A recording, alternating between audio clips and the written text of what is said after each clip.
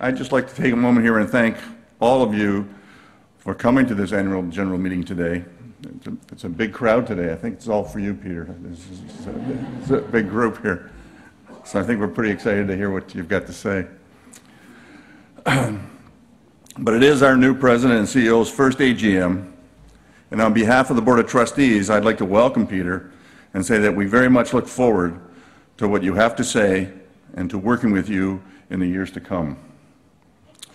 I'd also like to thank Justine Jackson, who has served as their interim president and CEO from last June until January 1st of this year. We are indebted to her for her service and the work that went ahead while she was at the helm. Justine, job well done, very good.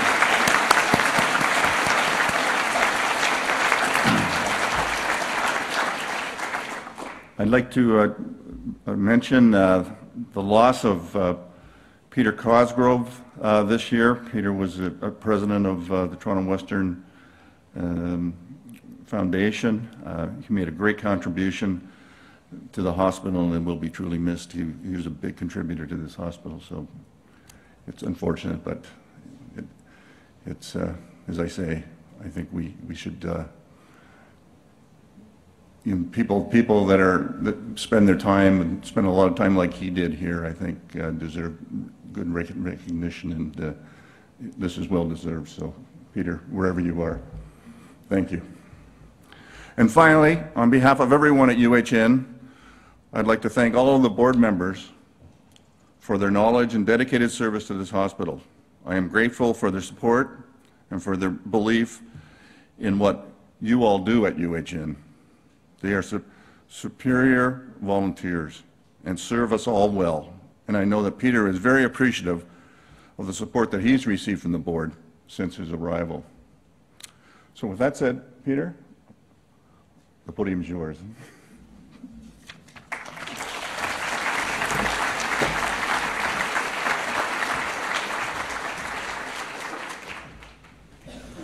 Well, thank you. It was, let me see, about 10:30 in the morning, and I was standing in the Texas sun in a parking lot in Houston. And my cell phone went off. It was a 416 number. And on the other end of the line was somebody that you all know, who was in an airport changing planes on the way to a well-earned beach vacation. And that individual is here. And he proceeded to give me what was a self-described download about a remarkable organization that had embedded within it 10 clinical programs, 5 research institutes, and remarkable employees. And I listened to that very carefully. I took some mental notes, and when I got here, I realized that Bob had really made a very classical Canadian humble understatement. A quintessential example of what makes us Canadian, because when I got here, I found something completely different. If I were to put it in language of my teenagers, UHN rocks. And that's really, I think, the fundamental thing that I've learned in the first 5.5 months. I want to begin really by thanking everybody here, because it's through the process that so many people have helped me to find my way. I want to thank specifically Justine, who's really been phenomenal in handing the torch to me. But I also want to acknowledge multiple groups and individuals who have helped me along the way. This is a big journey. As everybody knows here, I've described it all about UHN, a process by which I will listen, ask, and learn. And through that process, really begin to learn a lot more about the organization. It's a bit like climbing a gigantic mountain.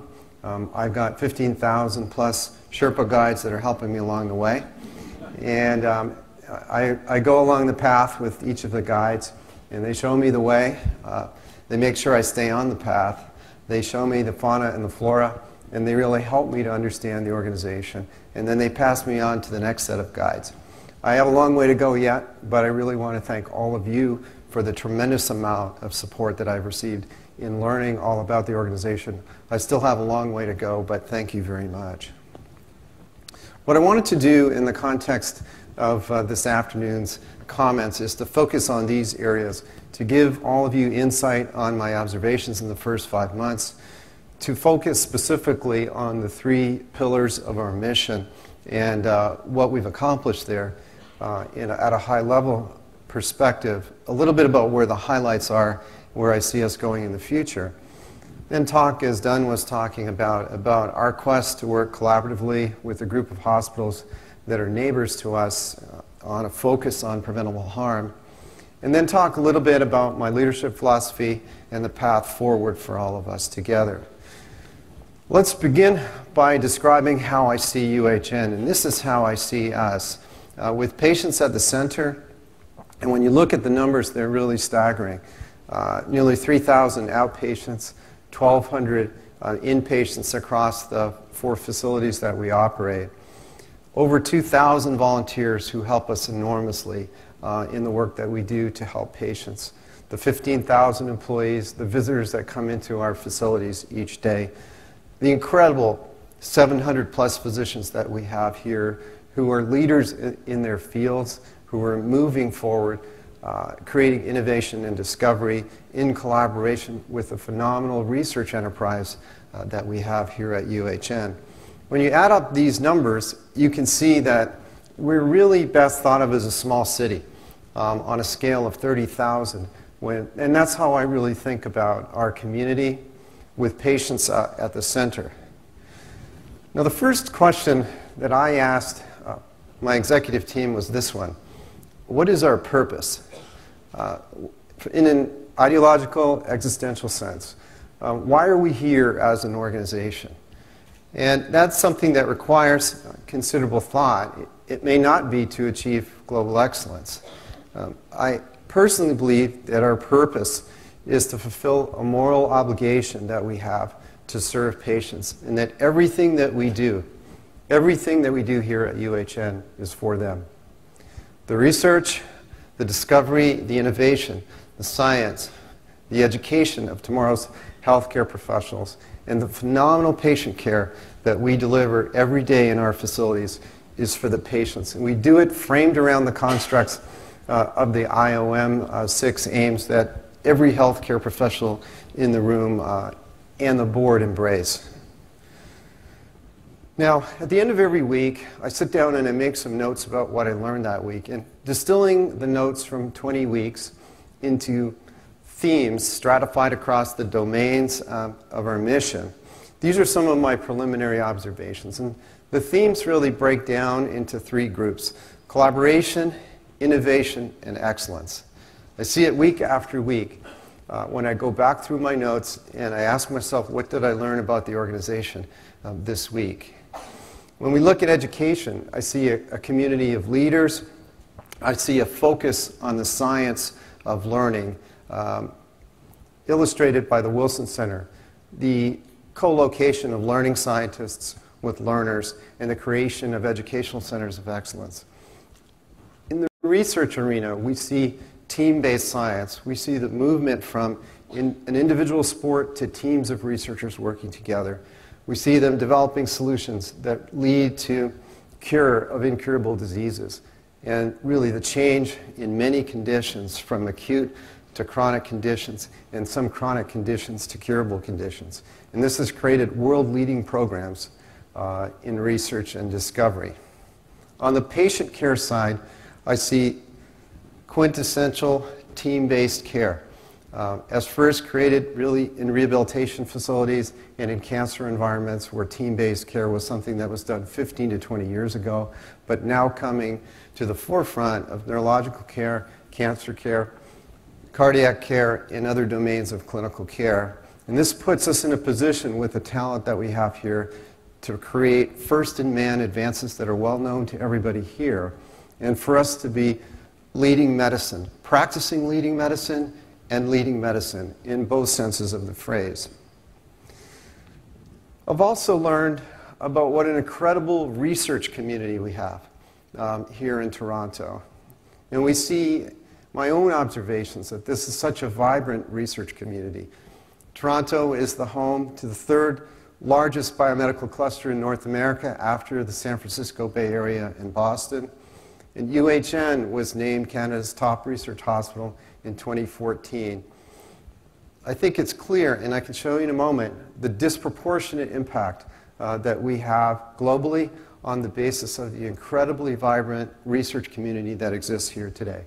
This was really one of the biggest, most pleasant surprises for me because I honestly did not appreciate that until I came to UHN. Here's another way of looking at that. What you see here is a network map that shows collaboration between top research-intensive organizations around the world.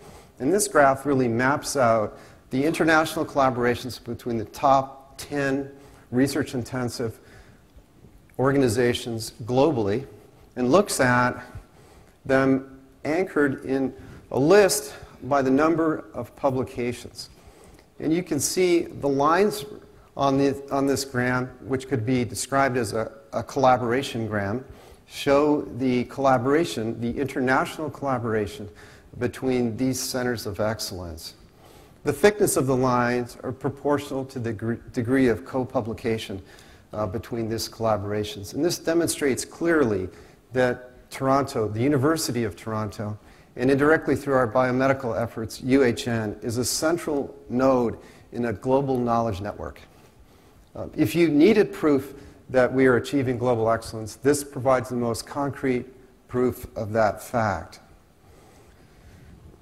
Now, what I'd like to do in the next few minutes is take a look at the pillars of our mission and look at it in two domains. First, what are some highlights from this year? And obviously, time doesn't allow me to list every single highlight, although we could spend hours talking about the great achievements. I'd like to also look at it from the perspective of where are we going? What's on the horizon? Where are we going next? Let's start with education. We're opening up a patient portal, which is fantastic, as an opportunity to engage patients in their care, to provide educational materials to patients on handheld devices, on iPads, and on ways in which they can really engage in learning about their own conditions and advancing their own care and participating in their treatment decisions. We've opened the BMO Conference Center, which is a phenomenal conference facility, a world-class facility located at the Western. That gives us incredible opportunities to conduct international conferences, bringing scientists, clinicians from all over the world. We've got the ICE Center allowing us to globalize the impact that we have in the educational programs that we have and transmit that knowledge around the world, enabling us to democratize knowledge, a very important part of our future going forward. Recently, we announced plans to explore integration with the Michener Institute, which would create a first-of-its-kind integration in Canada. Our ability to embed really education, specialists, scientists together with learners to create an environment that's similar to peer organizations like the Mayo Clinic, to create the next generation of healthcare professionals who are embedded in the clinical environment very early on, for us to modify the curriculum in the context of the changes that we see on the horizon in healthcare as it evolves. And we see our transformation as an organization in many ways that we operate to become a learning health organization. On the research side, we have incredible things that have happened in the past year. We have the amazing work of Rob Bristow's group identifying phenotypes and specific genotypes of prostate cancer, allow much more personalized forms of prostate cancer treatment, allowing better understanding of the risk profile and preventing overtreatment and undertreatment of men with prostate cancer. We see Jordan Feld's team leading an international randomized study looking at drug therapy, curative therapy for hepatitis C, a pivotal study published in the New England Journal of Medicine. We see the Techna Group doing incredible work in nanotechnology with biodegradable manganese-laden nanospheres that can help us to move into the world of nanotechnology and its treatment for prostate cancer and other forms of cancer, where we can use laser and heat energy to be able to ablate tumors in new ways. We see the great work that's been done at the Western looking at different ways of treating depression, using functional MRI to help predict response outcomes, to transcranial approaches for treatment of depressive disorders. And we see great work coming from TRI looking at tailored treatments for stroke therapy. This week, Chris Page announced that after 18 plus years serving as our Vice President for Research, Chris is going to step down to enable us to bring on a new leader. That's going to be an exciting development, certainly for UHN. I think it's important that we understand the contributions that Chris has made for us over the past 18 years. And they're summarized here. If you look at this and you think about Chris's legacy, it's really unbelievable. Chris took over at a time when organizations were being pulled together. There was a lot of chaos. There was a lot of turmoil. Chris had the vision for a research hospital, created that over time, created over time the 5 research institutes that we have here. The metrics are just unbelievable when you look at the growth of our research programs, where we see nearly 1 million square feet of research space dedicated to our research effort, enabling us to recruit the best and brightest scientists. We see the 5-fold increase in research funding for what is now nearly a $350 million research enterprise. You see the incredible growth in trainees and staff to support our research mission. I'd like all of you to stand now and help me to acknowledge Chris and thank Chris for his contributions.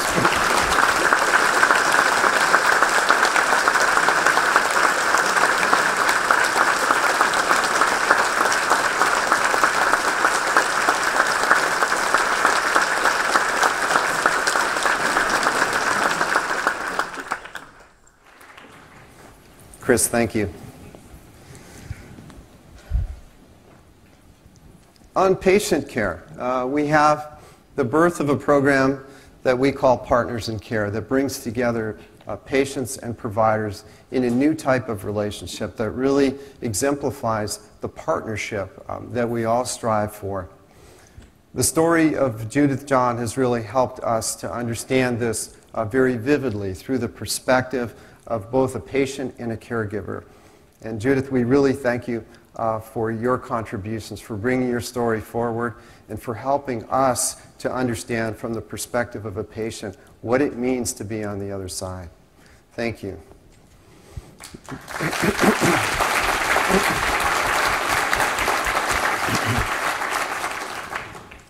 Looking forward, we have our collective approach towards preventable harm, which I'll talk about in a moment, and the work that we are doing now to improve clinical outcomes.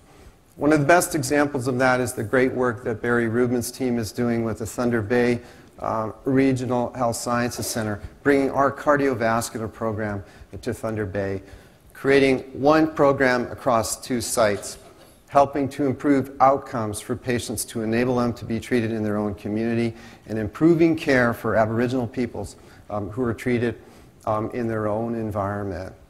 That's the type of work that UHN is known for. That's how we're going to extend our sphere of influence across Ontario. And the great work that we do locally will make us known globally. Now, our path forward will be defined by some of the things outlined here. The new lights on the horizon that I've been pointing to, our focus on preventable harm, major emphasis on big societal problems, because as I've said before in other environments and in other settings, people are counting on us. They're counting on us to make major progress on big societal problems. And our focus going forward will be aligned with those problems in order to fulfill that obligation to society. And our path forward will be defined by vision into the future of healthcare, how healthcare will be delivered in the future state. Now, some of you may be wondering the answer to this question. Why are we taking our great safety programs and moving them to a higher level? And some of that, I hope, will be very clear to you after this day, but it boils down to these critical points. Healthcare, as we currently practice it, is not as safe as it could be or as it should be. Second, we have to acknowledge as healthcare professionals that preventable harm to patients and employees is an industry issue. And I could talk for an hour about the reasons for that, but we have to look in a mirror and realize that this is an industry issue. More importantly, UHN has always been a leader in innovation and change, and we should aspire to lead the nation in quality and safety transformation. That's our obligation to Canadian society. That's what we've always done as an organization. That is what we will do for safety for patients and employees. Now, how dangerous is healthcare? Well, here are the numbers. If we look at other industries and we look at the risk profile in terms of risk per 1,000 encounters, we can see that industries like nuclear power, railroads, and aviation are at a safety margin of about 1 in 100,000. Scuba diving is a little bit more dangerous, 3 in 100,000. Driving, as you would understand, driving around Toronto, 15 per 100,000. But how about healthcare? Well, we're really on the range of bungee jumping or high altitude mountaineering. That's where healthcare sits right now at more than 100 deaths per 100,000 encounters. Here are the statistics, and they really are sobering when you look at this. Over 30,000 Canadians are dying as a result of preventable death in hospital. Over 30,000 Canadians. When you look at the UK statistics, you can see that the Department of Health estimates that nearly 10% of hospital admissions are associated with preventable adverse events.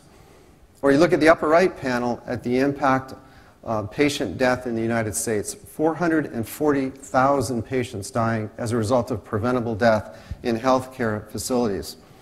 If you assume that the average 747 has 440 passengers, that's the equivalent, think about that, of 1,000 747 crashes a year, or 20 747 crashes a week.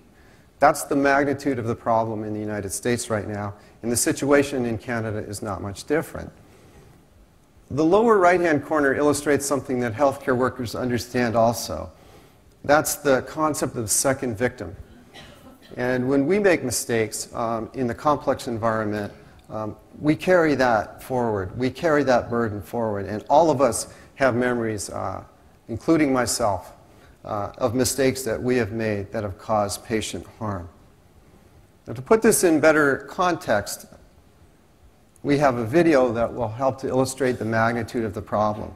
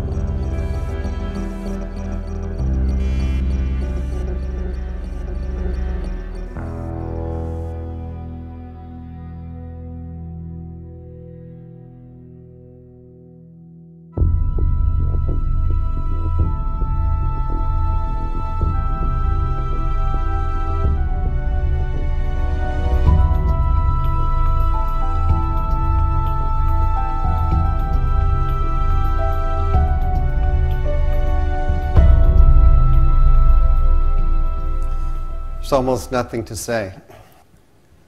We have work to do.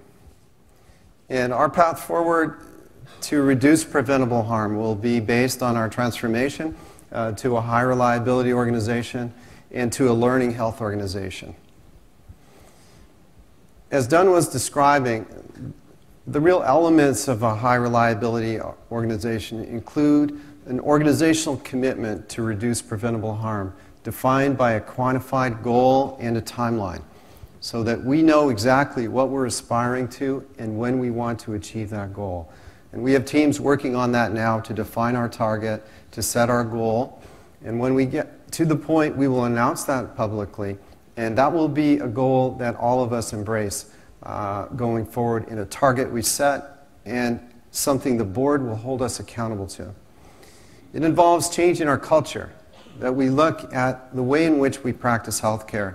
We really think about the relentless preoccupation with the possibility of failure, which is the only way that healthcare can be practiced safely. It's exemplified by the approach that the transplant team takes today to the management of donors who are healthy people donating organs to others. That approach needs to be extrapolated across the entire organization for every patient at UHN. And the mindful awareness is a concept that comes from aviation and other industries. It's the approach that a pilot would take during a routine landing when she or he realizes that this is the most dangerous part of the flight and attention needs to be paid because of the possibility of some fool flying a drone in front of the airplane, a bird striking an engine, catastrophic engine failure. That's what all of us expect of a pilot during that phase of the landing. That kind of awareness is what every healthcare provider needs to have. We need to change the way that we communicate among professionals and do away with a caste system that exists in healthcare, where several of us, including myself, are members of the highest caste, and other healthcare workers are in lower castes, impairing communication because of an embedded system that has been socialized into healthcare, something that we will work together to break in our organization. The Learning Health organization is one that will focus on team-based learning, where we will see failure as an opportunity to learn rather than a chance to blame somebody for a mistake that occurred. We will do away with the historical culture that exists in healthcare, where a mistake, when uncovered, is an opportunity to create blame and to create shame around that mistake. That by itself discourages reporting and creates a climate of fear. That climate of fear impairs our ability to care for patients safely. We will practice in a way that we learn with data dynamically.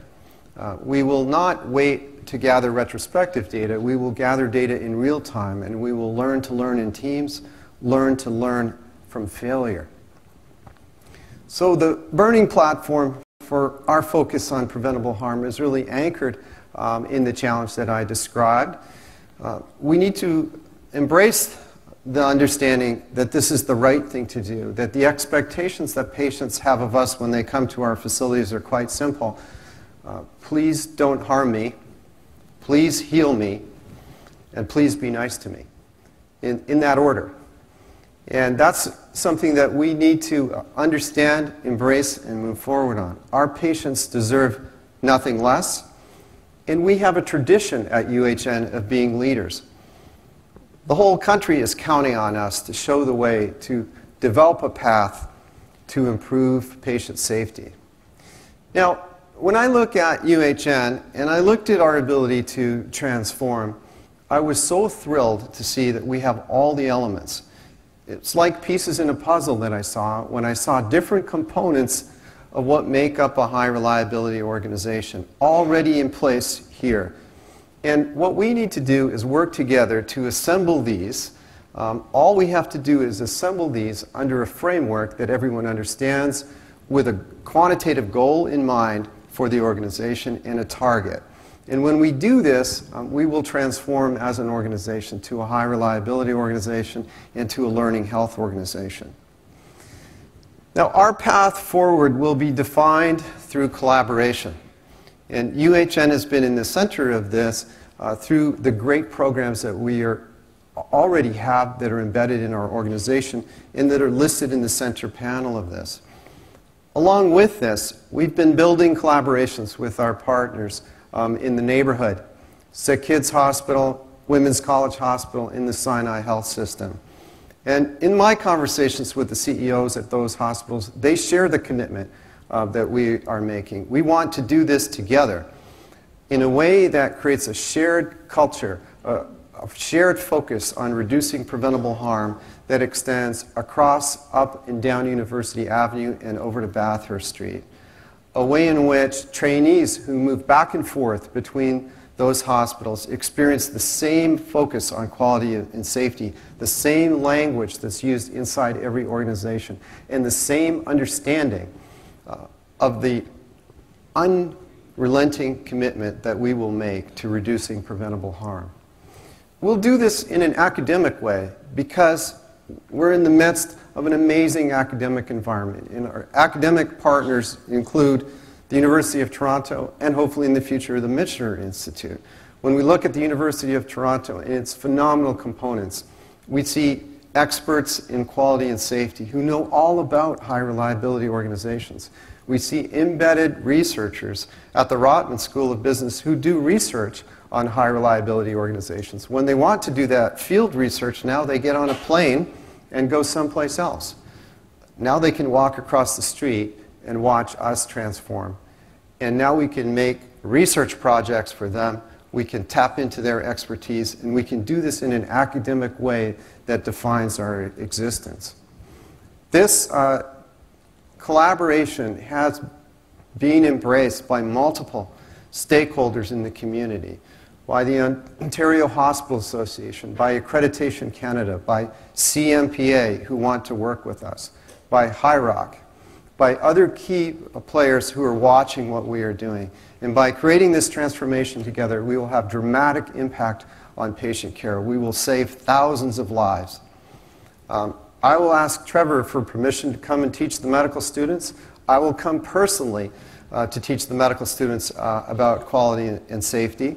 Mike Apcon has made the same commitment because that's how passionate we are about this issue and about embedding it into the trainees that will be taking care of us and our grandchildren.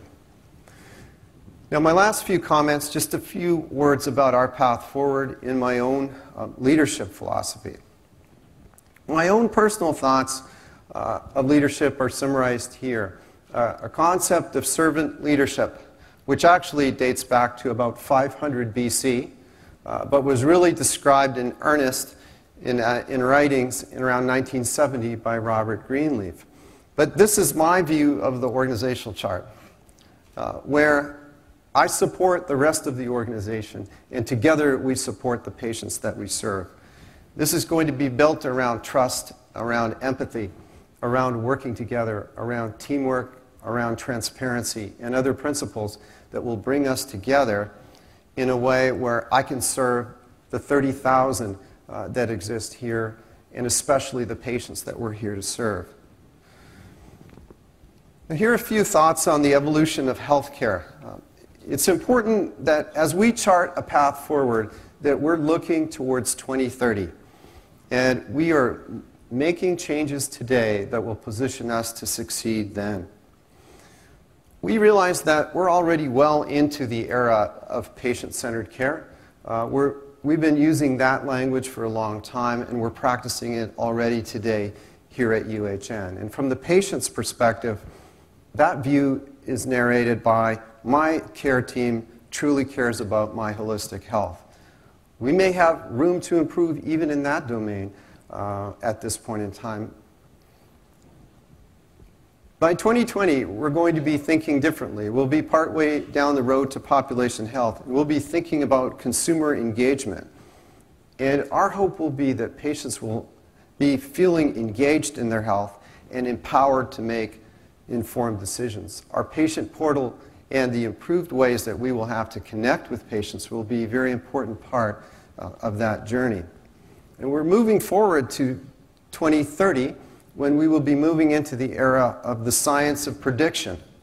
And when patients will be saying to us, I understand my genomic profile, I understand my health and wellness profile, and what I need to do to live long and to live well. That's a movement from where we sit today as expert disease managers to a world of population health, to engaged patients who are part of their own care and who have an understanding of what they can do to prevent disease from occurring in themselves and in their own family. So our road ahead will involve focus on these areas, science and technology. We are a research hospital. We will not make progress without science and without innovation and without discovery. We need to move on commercialization. We've got great ideas, great compounds, great devices. We need to take advantage of those opportunities. We need to see our assets as our scientists, our people, our tissues, our outcomes, and we need to bring to the table partners that will come to the table, see those assets, leverage those assets in different risk-reward relationships over time. We need to move into the world of analytics and bioinformatics, a totally different world where we amass databases that take sequencing data, that take clinical data from our electronic medical record, that take data transmitted to us from external sources like retail pharmacies, like homes, patient devices.